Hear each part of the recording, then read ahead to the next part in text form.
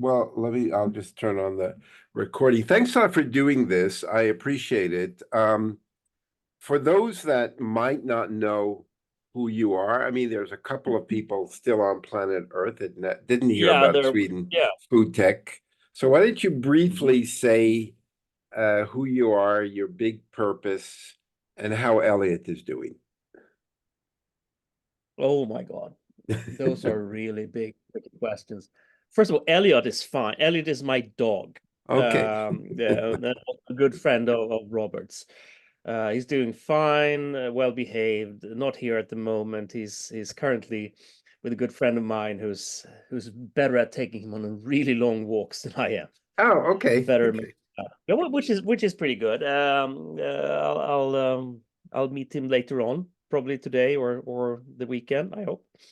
So that's about Elliot, the most important person in our lives. And as for me, I'm this old tech, entrepreneur investor guy turned food junkie, in the sense of transformation. A decade or dozen years ago, when I realized that food was the most polluting and horrible industry on the planet, Yep. perhaps even surpassing oil and the fossil industry, and saw no tech and innovation around. And to me, it was just a magic cocktail of big transformation coming.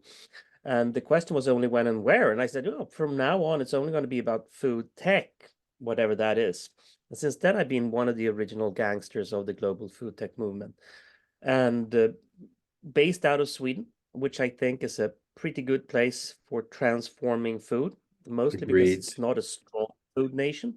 No. Um, uh, and we set up together, me together with a couple of friends, we set up something called Sweden Foodtech, which is a think tank for the future of food. And we do basically three things. We do insights regarding, what is the state of the food sector, and, what can we do about it, and what is happening to it, and how can we think it in new terms. And then once we've convinced someone that, okay, this food sector apparently applies to me because I'm in education and could raise the grades of my students with the help of good food, or I'm in healthcare and I could definitely use food in order to lessen the use of medications, or whatever it is. They say, okay, who do I connect to? Where do I Mm. start? And then we say, yeah, let's help you do that. So we connect people, and then once every year we host a big food tech or food transformation gathering called the Big Meet, where you've been there, and They let me you're a in. great They let advocate. me in. Yeah, I had to I had yeah, to show you my got in. birth You didn't even certificate have and to pay for the ID. ticket. I think we were very generous there, right? No, no, no, great. And I think it's a place where we have a single-minded approach, and that is to blow the minds of the present audience, to really shake them and take them out the notion that the current food value chain is, a God-given miracle that cannot transform or change in any way. It can and it must. And I think what we're trying to point to, or our hypothesis, is that the value of food is far, far larger outside the plate than on it. And yet we still only talk about what's on the plate, and only talk about the current food value chain, Mm. which I think is it's a kind of a mental fault, to all of us, that we're so boxed in by this food value chain because we're so used to it, or we're engaging with food on the plate every day, and fail to see outside of that plate. And but I think we're gradually getting there. More and more people see this, realize that food is not about the plate, it's about the effects of what's on the plate. And once you realize that, you can start to see food in entirely new ways. And also when you see all the innovation out there, you can also realize that, perhaps there are more things to eat in this world than the 12 plants and 5 animals that currently supply 75% of all the calories. And yeah, there are many more things we can eat and enjoy. And I fundamentally believe that we can change and transform the food system from today's mess to something that is super enjoyable, healthy, sustainable, and a perfect way to engage with if you want to lead a happy and sustainable life, which I think we all, or most of us at least, want to. But That was a long one, Robert. I'm yeah, sorry for well, no, that. but I appreciate that. But you're taking on one of the highest concentration of power and money, because if you look at who owns most of the food brands or food industry, it's really like 10 or 20 mega industrial powers. And you're trying to But bring back a soul into food, one that it actually tastes and is nutritious and wholesome, and that the people actually making the food have a living wage, which the people, those at the top, the Unilevers, the PepsiCos, etc., they're just looking, how do I extract the most in income and value for myself and generate returns for my shareholders? So you're taking on a tough one. well, I wouldn't say I take on them. I take on our collective stupidity. That's what I'm trying to change here. And if we can shift our collective stupidity into some sort of a smartness, I think those people will have another context in which they exist, and they would look differently by nature, right? So to everyone listening in on this one, I'm an economist. I'm a trained economist. I went to business school. I see the world through an Excel spreadsheet, basically. And I think the question in all those spreadsheets or in all these capitalistic situations or market economy situations, it's fundamental to realize that what we see around us is basically the effects of the setup around the system. And What do you within mean the by that? What do you I mean? mean, like the rules and regulations and the collective will expressed by democratic elections, or in some cases, tyrants' wills that they impose on their subjects, right? But it's that framework that gives the operational logic of the food system, and we have a fundamentally bad or faulty setup around the food system. And within that system, I'd say that the big giants, they act perfectly logically Mm, and very okay. efficiently. Yeah. And it's hard for me to blame them. They just do their task in nature, so to say, as the lion or the venomous snake Right.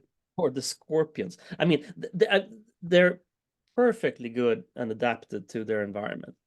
And what I want to see is that we shift the environment entirely to something differently, that we build another setup around it. And that could be done both by policy measures, which I deeply support. We need to shift policy fundamentally around food. And we should probably do that based on the realizations of the value of the food outside the plate, the effects of food. I mean, there was this, and then you have to stop me, Robert. I mean, I can rant about this for hours on end. So, No, no, this is really what I'm fascinated about, because you're right, the food industry is the largest sector in the world. It employs the largest number of people, 1.3, 1.4 billion people just in small scale agriculture. mhm. So, we're not going to be able to train all of these youth unemployment to become coders for AI. You have too many. So it's a very important sector. So you're saying the food, industrialists, multinational, are just doing what the system enables them. Yep, entirely. And let's go back to this. Let's go back to you asked the question regarding, what is this? And let's just take a step back. A couple of years ago, the Rockefeller Foundation in the US, big, foundation, came out of oil, by the way, but they're Sure. nowadays doing good, right? And they stated that food in the US costs 3 times as much as we think, because $1 on the plate results in $1 in an environmental destruction and $1 in negative health effects, right? So food is essentially 3 times as expensive. And the US is not an outlier here. Everyone thinks so. But at the same case holds everywhere, basically, that has adapted a Western lifestyle on the plate, which pretty much everyone has or are about to in one way or another. And that really gives the fundamental economic reasoning around what food is. And now we're only talking about the negative effects, right? We could also talk about the positive potential of food in, for instance, raising productivity. As all athletes know, food is an essential part of their performance. And it is definitely the same for us, regular Joes and Jills. And we can enhance our performance if we want to, or feeling of well-being through food, by tremendous amounts. And if you say that, take a low example, say that we can increase our potential with 10% in productivity terms just by eating right. What does that mean? Well, that means basically we increase global productivity with 10%. If that is something that is important to you, or you can improve grades in schools and hence give people lifetime opportunities that are far higher than the ones they had before. And again, in economic terms, you can calculate that as future tax returns, because these people are probably able to earn a higher income and thus pay higher taxes, provided they don't move to tax paradises out there. So there are some fundamental reasonings around food that we got absolutely wrong. But then I think it's also important that we take the step back a couple of decades to the 50s and 60s, when we essentially went from a smallholder farming system that was more sustainable by definition towards an industrial, streamlined, gigantic food system. And that was because the smallholder, tiny little sustainable food system wasn't able to answer to the demographic explosion. When we went from 2 billion people to 8, just a matter of decades. How the hell are you supposed to scale such a smallholder food system? We couldn't. We had massive starvation, and massive starvation was looming on the horizon. We needed to do something. So we deployed, a fantastic thing was all that we knew. We deployed into, enhancing production of food. That was finance. That was, chemistry. That was, bigger tractors, technology. And actually, we must realize that we made this miracle happen. We can now feed 8 to 10 billion people on the planet. But in the same way that this system surpassed the system that wasn't able to support us with the basic necessities such as food, the current food system has come with a price, and that price is in the form of sustainability, or the lack of it, and the lack of health. So now it's time for us to cure the negative effects of what the current food system has given us. And I think the story going forward is so fantastic to tell, because now we don't have a population explosion anymore. The population curve is leveling out and even decreasing, which means that if we, during the next few decades, can take this very destructive food system that we have and turn that into something that is sustainable and healthy, we can keep planet Earth forever. I mean, that's a fantastic potential, but that requires that we start to see food in new ways, including setting up a new framework around food. And to me, that's why it's so important to realize that it's the setup we're really discussing, not how these players in the current setup act, because they're just, so to say, a product of the system, much in the same way as you and I are products of the current food system or food sector, right? So let's just rethink food fundamentally, and not just rethink the current food value chain, because that's just a tiny part of what food is. Food is the basic for life on Earth, and we need to see that as for what it is. If I could live a life, in and around food, with all its magic, that's a fantastic life to live. And perhaps that's the life we'll all live once AI has taken over jobs. But the people, a lot of new funds and vehicles have come in to invest in the food space. But unfortunately, or at least that's my interpretation, the two main focuses of these investment vehicles to stimulate more investment in the next generation of food is how do we get rid of the farmers? One, and how do we get rid of the taste? Two. But that's my personal, it's all about plant-based, which for me, I'm sorry, I'm a foodie with a great cook as a partner, as a wife. Yep. And that seems to hoover up all the money. Why can't we have a food system where farmers earn a living wage without going to become a mega farm? And why can't food have taste and be enjoyable, like the place you took me to in Stockholm for dinner?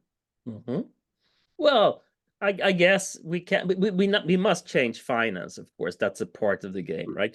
And if we look at the venture capital side, and we saw this massive influx of money, VC money to food tech companies a few years ago, and then a massive outflow of them again. But we also have to realize that was the effect of all the subsidies, or the massive explosion of available cash in the aftermath of the financial crisis, right?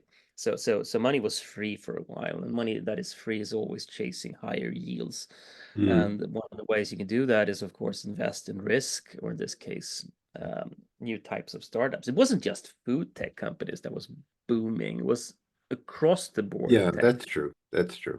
And what happened then is, of course, that a lot of these unknowing investors, getting a lot of money from unknowing LPs, started to deploy this money towards entrepreneurs who were claiming to be a new software company. Only the fact was that they were selling alternative burgers to people.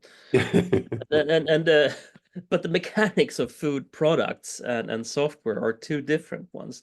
So of course the long-term growth of these food companies cannot match the long-term growth of a successful software company Mm, because of limitations of production and going right. to market, etc.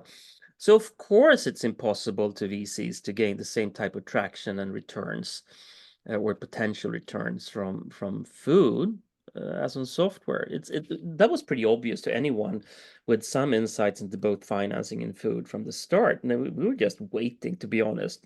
We were insiders in this case. We were just waiting for this trap to what do you say, to snap, or Mm. released, and capture everyone inside. So this was nothing new. VC has always, these short-sighted funds has always been a bad match for food development. Um, and you're putting a good question here. How can we make sure that farmers get a decent living off the land?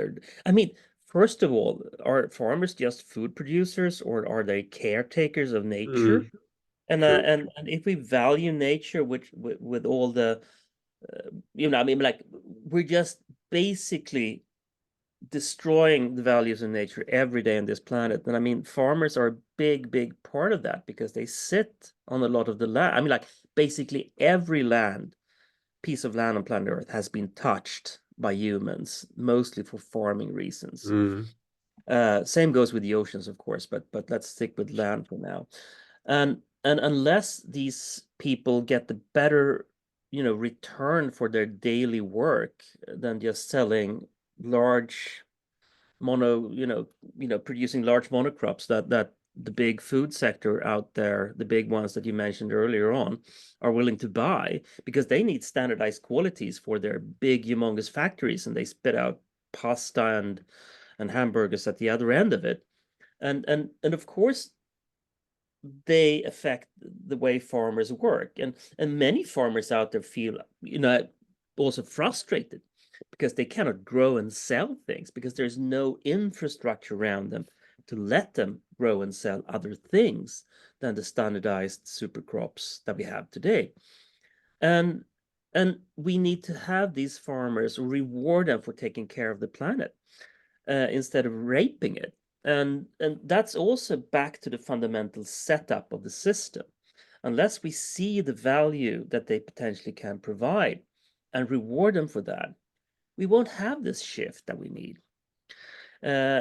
Taking a look at farmers again, I mean, these people are essential for our future, but they've been transformed into industrial workers, Yeah. not at the conveyor belt, but at Mhm. they're part of the factory, Right. and they need to be caretakers instead, and they want that. We just need them to give them the right incentives to. And so what are you, I mean, you've been working for several years on creating the kind of the World Economic Forum for the future of food, or the World Food Forum. And always lots of challenges, getting people together, people putting up the money, all of this stuff costs money. So what is your conclusion going forward to what needs to be put in place? Is it all a policy issue that is just government, taxing certain bad behavior or good behavior, or incentivizing good behavior? What does need to convince, the wealth of the world? There's 5 times more wealth than there is GDP, so there's no shortage of money.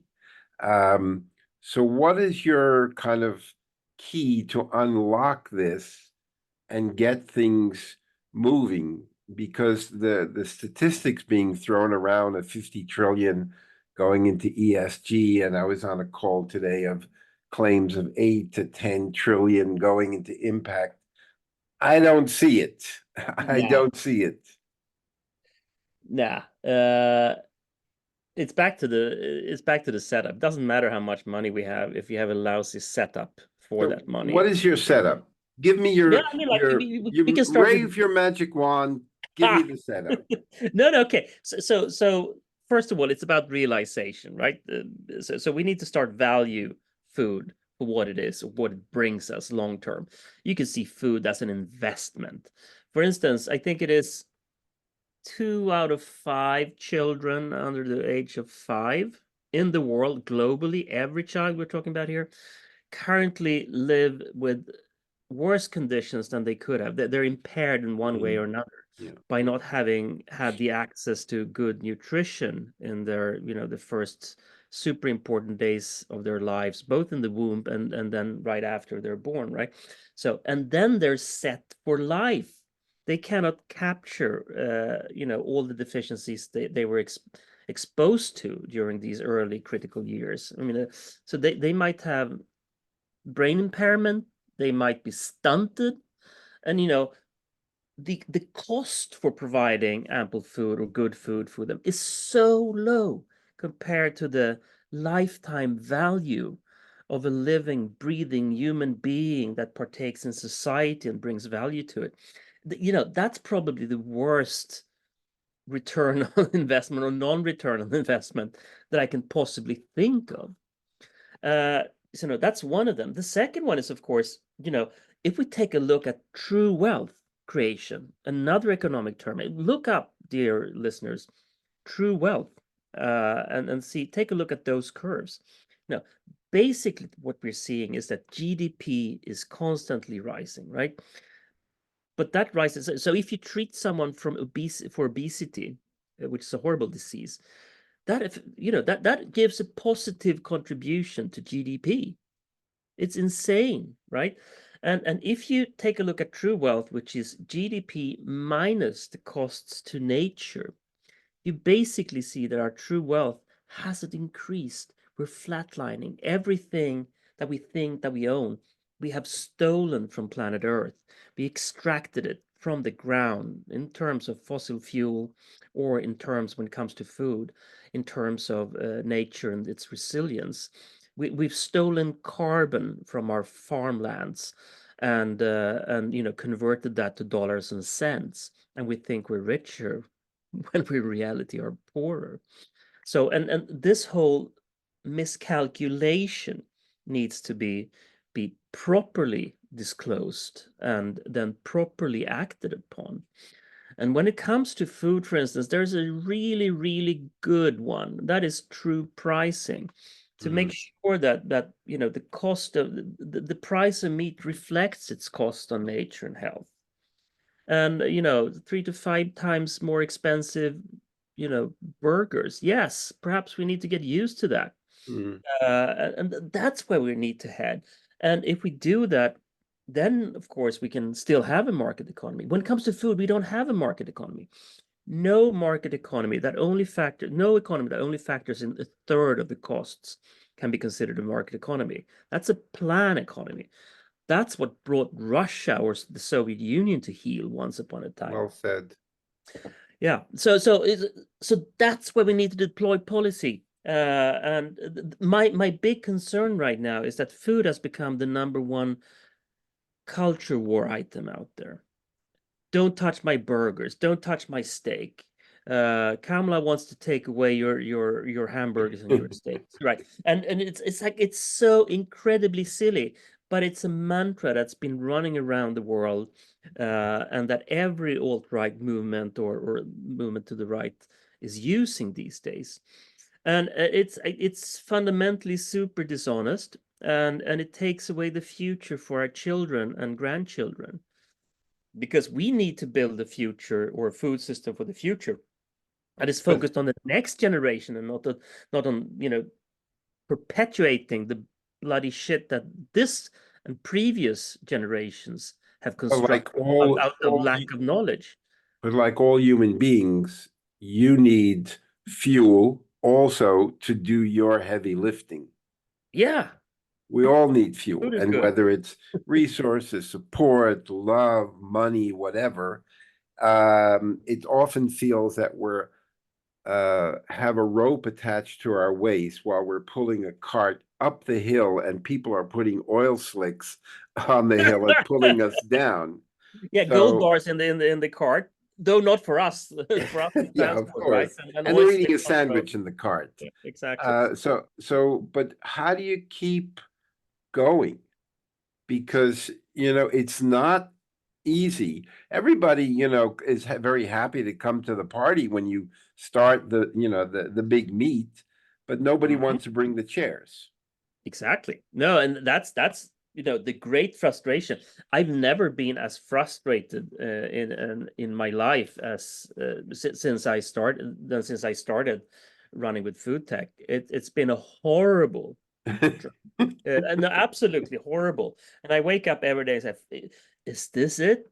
And then you think again, yeah, this is meaningful. We need to do this, and if nobody else does it, then who, right?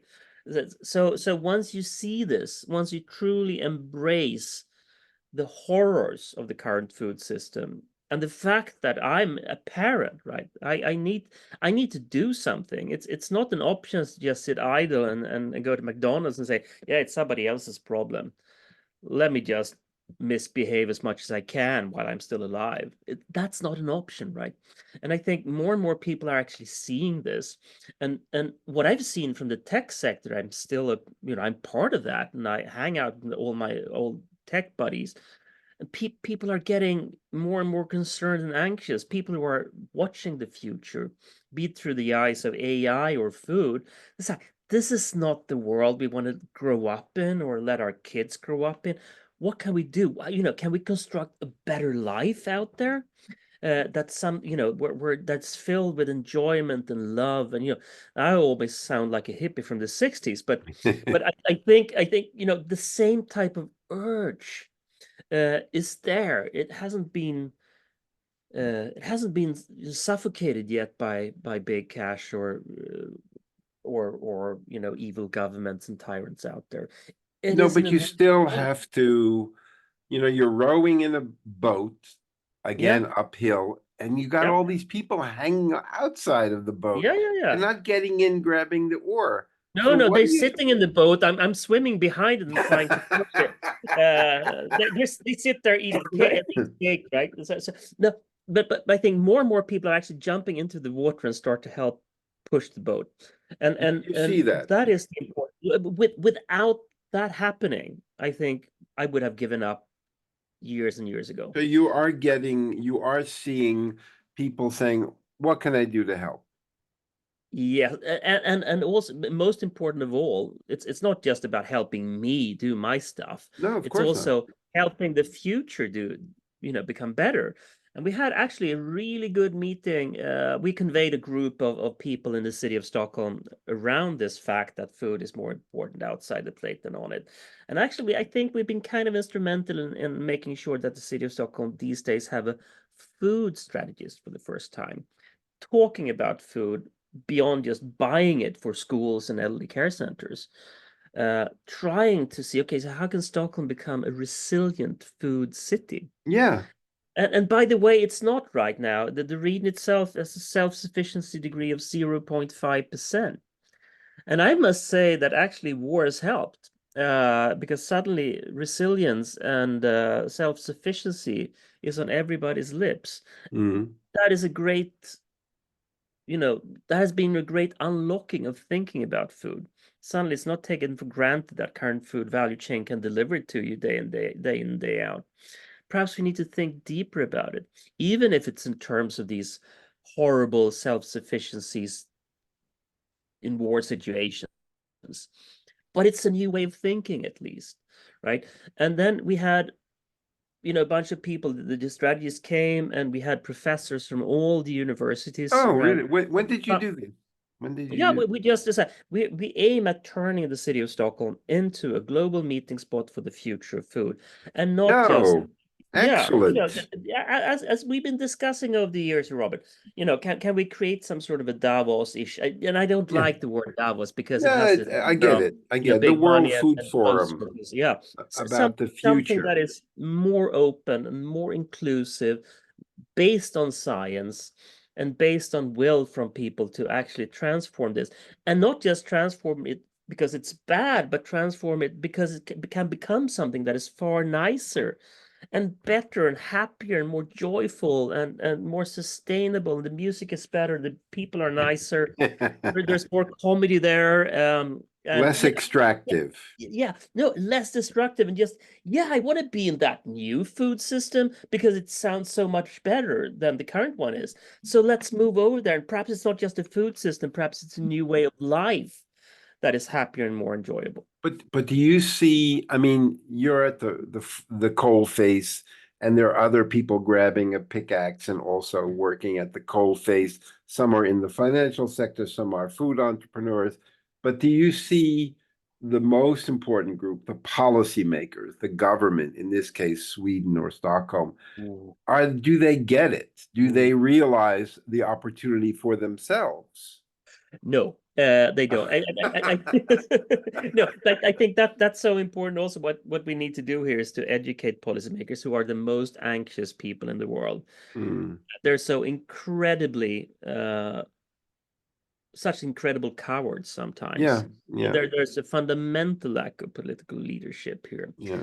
which I find strange, because this is definitely a topic you can build an It's a amazing no-brainer. career on. I mean, it's such a fantastic thing because it's positive. It's for everyone out there. Vote for me. I'm going to make your food better and healthier and more enjoyable. So, yeah, that sounds like a good proposition. I'll vote for that guy.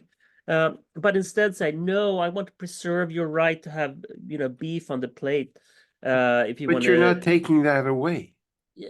no, but that's what they're saying on the right side. These guys on the left, they want to take away your beef. Don't vote for them. And he's like, oh, I want to keep my beef. That's important to me. I love hamburgers. Don't I've take that never away, you heard silly bastards. anyone, when I was at the big meat, ever say we have to take away your meat No, but or I'm prevent not you. saying. But if you look at the current minister for food in Sweden, which really is Don't know his them name is, person. his title is Minister for Rural Affairs. Oh, okay. This is interesting. This is interesting. Okay, and I But he think hangs out in Stockholm. He doesn't hang hangs out out, in the yeah, it rural hangs out area. in Stockholm, and what he does is basically to run the errands for the big lobbyists in the Oh, current okay. food system. Yeah, yeah. I consider him extremely weak, Mm. and not just weak, but perhaps to some extent evil, because he really wants to keep the current system going, because they also feed them money, of course. So Sure, that's of course. the regular way. And so, and on the national level, the fact that food has become culture war, hampers this development on the policy side, because it's very hard to come out against someone's dear and beloved food habits and say, yeah, perhaps you need to eat less hamburgers. That's not a election winner. So people on the national levels, they're really pushing against. Then we have the city level that is closer to the voters and closer to the citizens. They are more proactive, and they can influence people in a more direct way also than people on the national level, and they can influence what is the current local situation. I mean, policymakers on the national level always have to see to the entire country, right? That's their playing field. Whereas the locals can look at, okay, what are my preconditions here in Stockholm, and they will be vastly different from the conditions in other parts of the country. So they need different ways of handling or engaging with food. So they can do a local take on this and actually be far more successful. And then of course we have the supranational level, which is the European Union, for instance, that I have very high hopes for and can act with impunity in another way than national governments can. And actually, Sweden these days are not driving transformation. We're taking the transformation from the EU. So and those people are more educated and smarter and more powerful than Swedish politicians. And I thank God for that, because I think the new Green Deal, hampered as been, still has some hope for it. And the new report from Mario Draghi coming out a few weeks ago, stating that we need these investments in the future to the tune of, was it 800 billion euros or something? But you already have in Stockholm, which is surprising, you have two restaurants that are two of my favorite. One, you took me there, which is kind of like Sex Pistols meet Michelin star. Yeah. I always forget the name. Punk Royale. Yeah, Punk Royale. And that's one extreme of basically taking fine dining in a more playful, accessible place. There was a wonderful movie, The Menu. I don't know if you saw it. It's a brilliant film about actually the absurdity of traditional fine dining, which you would enjoy very much. And the other is one of my favorite, so super cheap Mexican restaurant, La Nieta, but both in Stockholm. Affordability, nutrition, tasty, etc., and then fine dining in a fun, almost like a kind of music festival experience. Both there. So, Exactly. and then they've got you and the big meat. What is the problem of not grabbing the mantle? Because no one else is. You've got everything in place there. How do we get you over the line? Yes, please come to the big meet and join us for this discussion. Become more enlightened, and then bring back your newfound knowledge and build value based on that. And I think that's probably the message to everyone out there. This is not about suffering. This is about enjoyment. This is positive, this transformation. It's not negative. Business will be better, enjoyment will be greater.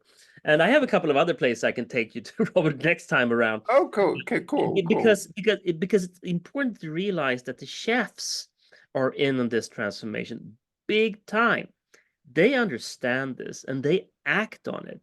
The problem, I'd say, with most people is that we're so used to doing what we always do. So we have these 10 recipes that we just circle like round and round and round. And we're so inept in the kitchen that we cannot change much. But these chefs are the true stars of the kitchen. And sometimes I wonder, should we take away the keys to the kitchen for most people and force them to have meals constructed by other people who are far better at it? They would enjoy it more. The meals would be, more sustainable, more healthy, more enjoyable for sure. and probably wouldn't cost more either if we organized this properly. I mean, But having products reflect their true cost. I mean, Coca-Cola in America is often cheaper than water yeah, in supermarkets because it's heavily subsidized, that sugar industry, by lobbying. And so you know, if you buy a bicycle in Sweden, it's still 25% VAT, but if you buy an airline ticket, there's no VAT on it. You know, it's not just Sweden, anywhere. yeah. So having products really reflect the true cost could be really a kickstarting to the revolution of the food industry. You wrote a piece last week, I think it was, or this week, regarding CO2 emissions about barbecuing. Or, Yeah, and I was trying to that was a take. I was trying to understand the figures, but maybe you can explain it briefly about what you were trying to say. No, I should just try to take a stab at this whole meat, don't touch my meat debate, and look at it from the barbecue perspective. By the way, I mean, I do eat meat. I try to make sure I eat meat that is sustainably farmed, and try to have not as much of it as I used to, and definitely not as much red meat as I used to. So obviously more veggies are good for the climate, but this one I tried to say perhaps we can turn the really negative ones, the old white males at the Barbie, into climate, or at least not climate destroyers at the same extent, by doing some scientific calculations. First of all, we need to realize, what are we trying to do on planet Earth? We need to reduce greenhouse gases in the atmosphere. Sure, that's, absolutely vitally important. And we count those greenhouse gases today in something called carbon dioxide equivalents, because carbon dioxide is the main one that we're pumping into the atmosphere, and the one that stays for the longest, or at least of the major ones, like up to thousands of years, hundreds up to thousands of years, trapping heat in the atmosphere. Whereas other greenhouse gases that might be more, and we always count these, by the way, the equivalents, in the 100-year perspective. So these greenhouse gases that we pump in the atmosphere, we count them as being there for 100 years, and then we calculate their warning potential for that. Now, greenhouse gases live, they have different lifespans. There are three ones, basically. It's the number one, carbon dioxide. The second one is methane. It lives about 10 to 12 years in the atmosphere, and then it's gone. And and then we have nitrous oxide, which is also a big one. It lives for about 100 years. So if you start to calculate how these greenhouse gases affect the planet's warming from the barbecue perspective, of course, then methane, which is the most important emission from methane, is the key one to look at. And then the question is, if you take a look at the perspective of the 10-year period that represents the barbecue, i.e. the methane, then the emissions look radically different. And then suddenly the heating effects of methane become far more high, far higher in that way of calculating. And suddenly methane is the number one greenhouse gas. So if you want to sort of say bring down heating fast, which I think everyone wants to do after this last summer, which was horrible in many ways. In the northern territories such as Sweden, everyone said that was a pretty good summer. In the south of Europe and other parts of the world, this has been horrible, beyond horrible. And if we want to bring down heat fast, we also need to bring down all the carbon dioxide, but we need to bring this down fast. And then if you look at meat, meat isn't created equally when it comes to greenhouse gases. Meat from ruminants that is cows, sheep, and goats, the grazing animals out there, with several stomachs that break down the grasses they munch on.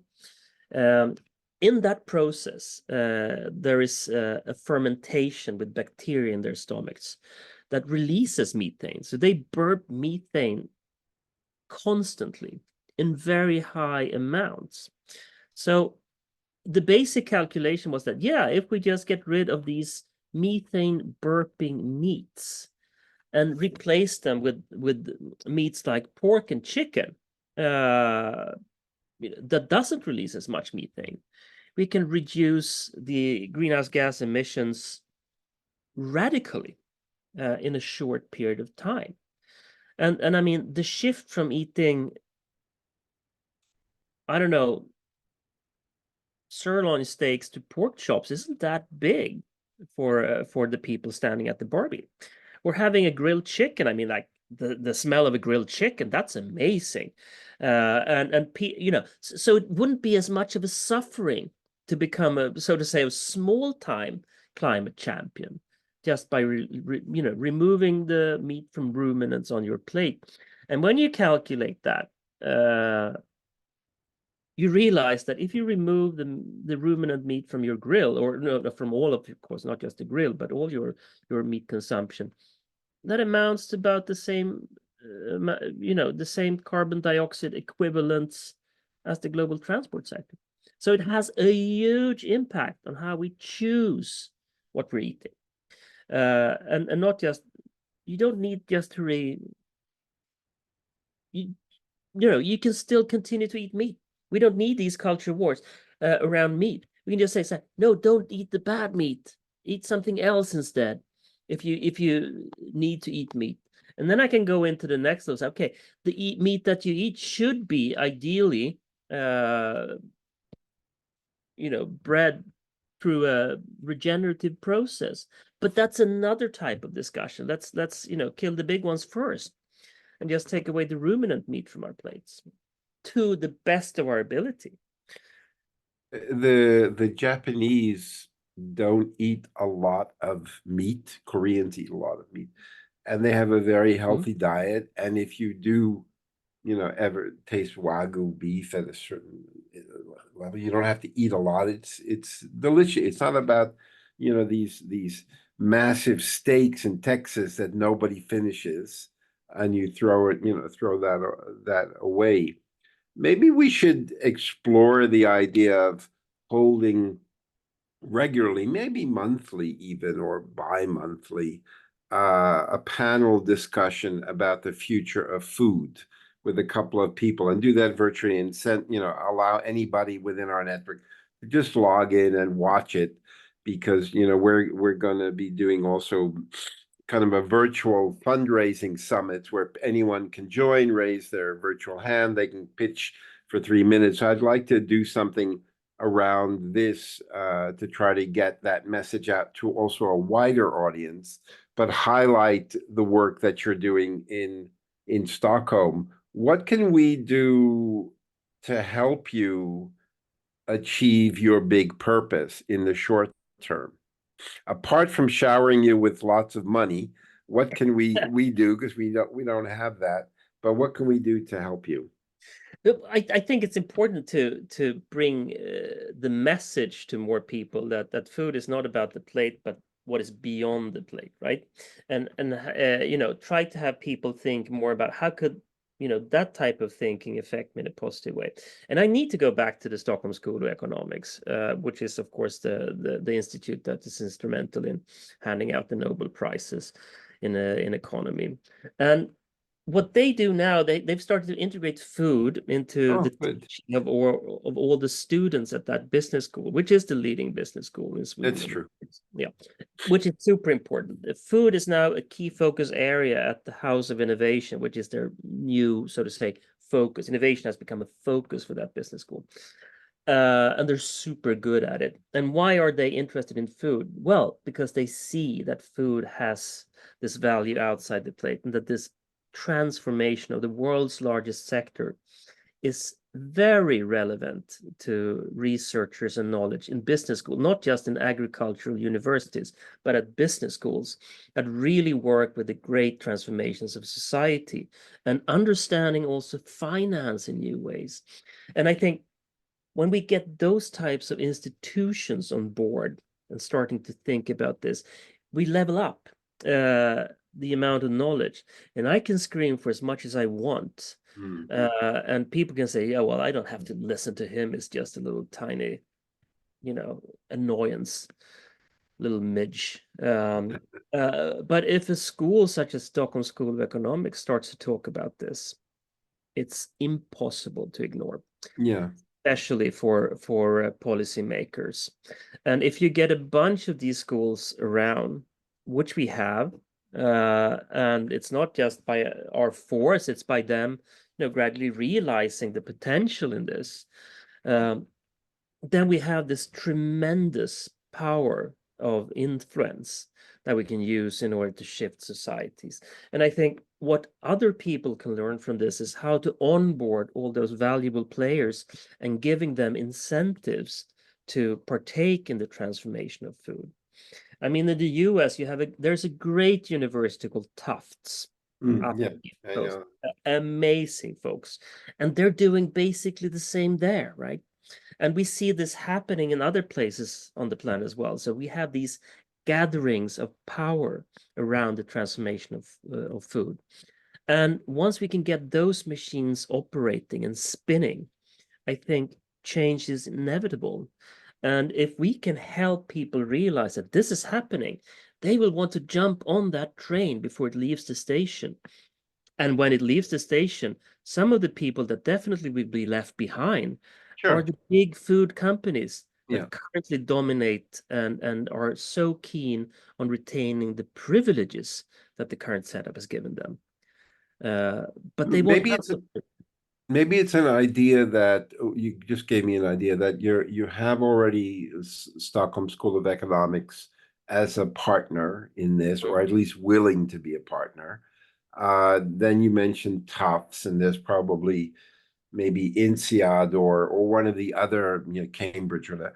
Maybe you should, try to find 2 or 3 or 4 universities that would be interested in being part of a panel discussion around the future of food. And you can do it all virtually. You moderate it and they join some of their, professors and other people. And I'm happy to host it on our system because we already have the infrastructure for that. We don't have to do anything. And maybe that we can, help get that message out to a larger audience by working with all of these partners and just, think of maybe 2 or 3 or 4 or 5 panel discussions, which you do anyway at the big meet, and maybe use that as a lead up to the big meet. And we can help you with that outreach this way. I mean, you're the expert on the subject. I don't know enough about the subject to create a design and a program design. No, Robert. We need you because you're again one of those people that people are listening to, and you have your network. And I think that's important. I'm still just a midge trying to push people into the same room and have decent conversations. But I think it's also important to state that if investors or financiers are listening to this, they can start deploying their funds also to new research at these universities, because these are some seriously smart people. And if you think that a world is transforming, you need seriously smart people to help you think in new terms. I can do that to a certain extent, but there's definite limit to my capacity for thinking in new terms, especially when it comes to financing. So a big shout out to anyone out there thinking that finance will shift the ways of the largest sector on planet Earth, and there are great things to be had from being part of that transformation. Then I would encourage you to, lean into conversations. Yeah, and maybe you could around the Stockholm School of Economics or Tufts or other great universities out there. Yeah, and I mean there are a lot of you have a network, we have a network of food investors. You can always get a a person, one fund to join along with an entrepreneur and academic and have a discussion, as long as it's not a love-in, that we have, critical thought. The advantage of not having sponsors is I don't have to pander to anything. It can just have the radical thought, and have George Carlin posted Yeah. behind me over here. So think about that, and I'm happy to do that. The big meet. Do you have a date for next year? Yes, and this is a brand new revelation that we gave to the participants in the meeting we had yesterday. Oh, wow. So, and that is that the big meet this year will be fused by with Next year. Next year. next year, uh, end of September. Oh, okay. So what basically is happening is that the Stockholm Fairs, the big fair organizer in Stockholm, is killing its old food service trade show called the Gastronord, and we will take all the assets around that jointly with them and let this phoenix bird rise from the ashes of the old Oh, and good. and build this new. So I think we're on the way to getting the old system together with the new system, together with the systems outside food that needs to get in on food, together in the same room to have valuable discussions around the new things that we need to build jointly. I Oh, don't. cool. Maybe you should have a reconnection with Paulden, that gentleman out of New York who suggested of really making it the future of food. And he had some big players who did big events in, I think it was California, around organic Yeah. food. So anything that we can do to help you, congratulations on what you're doing. And I also appreciate very much the time that you're taking. I'd love to have future conversations around this, because we can always have you speak your mind. And even though you're trying to change a system, you understand how that system works, and you will still tell them, I'm sorry, but your children are ugly, in a polite way. In a Yeah, in a polite way. polite way. They're ugly, but they can become more beautiful in a new way. No, but Robert, I must also stress the importance of people like yourself in this, because we cannot change this system without transformation of capital.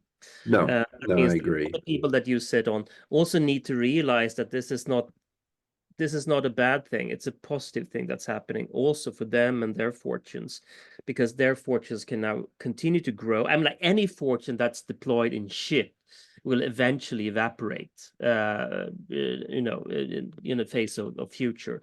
But if they can deploy their funds into positive change with a lot of value attached to it, I mean, that's a marriage made in heaven. Yeah. So, and we would be happy to help them understand where the world of food is going so that they can do their part. You should try to get two individuals for next year. One is Lucas Walton from the Walmart family, who founded S2G and Builder's Vision. S2G is more focused on ocean and food, Mhm. and Builder's Vision also, and they'll do fund investment and quite passionate about climate. And then the other is the family, or several of the families that own a large chunk of AB InBev, the Mm. Belgium, the largest brewery in the world. So they have a couple of funds involved in food innovation and decarbonization. Mm. Um, but I can help you with connecting with them at the appropriate time. So no problem about that. I promised that I would try to keep it to 60 minutes, so I Mhm. think we're Yeah, we're we're done. okay. No, wait, exactly 60 We're minutes. okay at Is least. there any final things that Sam was going to edit and add some things to here, and then post it probably next week? What is there anything specific that anyone can do to be engaged or involved, that you want to kind of sign off on this? We can post, the website of Big Meat and Sweden Foodtech, but is there something specifically that you have an ask? Yeah, I haven't asked you, Robert. I want you to come and lead a discussion regarding the future of finance at the big meet. Oh, sure. That's fine. uh, Do you have a date now? Because I'll put it in my. and I think it's, oh, I can't remember the dates now, but I'll block I the will keep last you few posted days on of that one. September. Yeah, no, because it's so important that finance is aware of all the opportunities. Because I want to stress this as a fine word. This is positive. This is not negative. This is not about No. burning down something. It's about transforming the most important thing in our lives, which is food, into all the positivity or all the pleasure and enjoyment and value it really can bring. And we have shied away from seeing that so far. And let's just see it and then work on it, because that's our glorious future jointly on this little pale blue dot in the vast darkness of space. So Yeah. it's just positive. Yeah. The one guy that I was thinking of is Jose Andres. Do you know him? Yeah, of course. We've tried to get Jose. He has been up to more important things Yeah, recently. yeah, I So, understand. But who knows? They can only say no. We can yeah, only. yeah. No, we Oh, all love right. him. With pleasure. I'd be happy to help you Mm. on that. And I'll if you want me to add any documentation other than the website to this webinar or podcast, let me know. And we're leaning more and more toward podcast version audio because it's just easier for people to listen to an audio thing rather than the video, because they have to then sit Yeah. and watch, and if they're driving, it's problematic. Yeah, Yeah. If people want to have a crash course in this, I'd recommend the short little booklet that we wrote together with the Stockholm School of Economics Okay. this year, called A Brief Guide to Food Sector Transformation. Well, There we go through a lot of the fundamentals you need to realize in order to make this journey. You could say it's my life's journey, in 20 minutes, and then you're basically up to speed on all the stuff that we have thought of and amassed over the years in a short condensed format. And it's a great start. Okay. And from there you might criticize it or like it, Oh no, uh, I'll take a but look. it's a great condensed way And of getting up to speed. watch the movie The Menu. I think you'll I will. really enjoy it. It's quite shocking, but I would definitely. And there was actually a TV show about America during the Depression, of the industrialization of the farming industry, which is it's from the 30s, but I mean it's a period piece. So it was only one season, so you might actually find that interesting of there how the farmers who were making food that was healthy and that were being forced off the land to switch to industrialization of that. Anyway, this has been a joy. Same. Jan, thank you so much for your time. A big hug to you and Elliot and your family. Your daughter's fine in the UK? The entire family is fine, and I just hope they can continue to be fine in a planet that is prosperous and healthy. Okay. And the best regards to everyone on your side as well, Robert. Thank you so much. I'll keep you updated when we finish, and then when we're going to post it, and you can share that also with We'll your share that for sure. Thank Okay. you. Super. Congrats. Take care, Robert. Stay Bye for now. well. Bye.